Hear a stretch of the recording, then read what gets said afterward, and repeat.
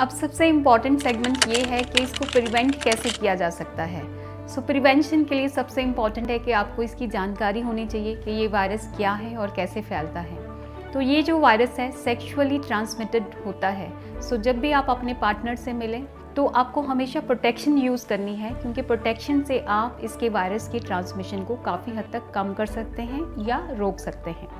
दूसरा है कि आपको एक मोनोगैमस रिलेशनशिप में रहना चाहिए। अगर आप मल्टीपल पार्टनरशिप में हैं तो ये इन्फेक्शन होने का रिस्क आपको ज़्यादा है। तीसरा जो इम्पॉर्टेंट पॉइंट है वो है आपकी इम्यूनिटी। सो इम्यूनिटी बॉडी का जो डिफेंस मैकेनिज्म है वो बहुत अच्छा होना चाहिए। अगर वो स्ट्रॉन्ग है तो आप इस वायरस की इन्फेक्शन से बच सकते हैं, और उसे स्ट्रॉन्ग करने के लिए सबसे इम्पॉर्टेंट है आपकी डाइट।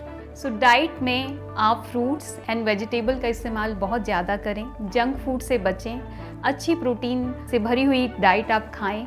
और सेकेंड जो इम्पॉर्टेंट चीज़ है वो है फिज़िकल एक्टिविटी।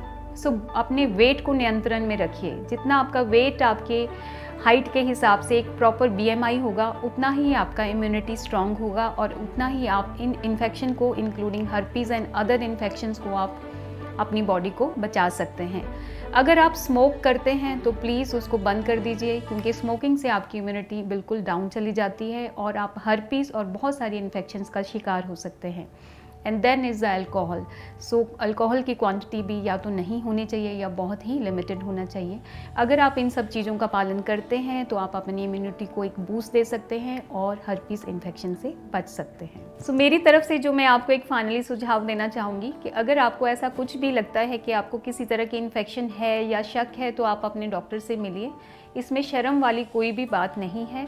वो आपको एक सही डायरेक्शन दे सकते हैं, सही डायग्नोसिस बना सकते हैं। ये डिज़ीज़ अगर क्योर नहीं हो सकती बट बहुत हद तक मैनेजेबल है, जिससे आपकी क्वालिटी ऑफ लाइफ अच्छी हो सकती है और आप उस लेवल तक पहुंच सकते हैं कि आप अपने पार्टनर को ये डिज़ीज़ ट्रांसफ़र नहीं करेंगे। Thank you so much.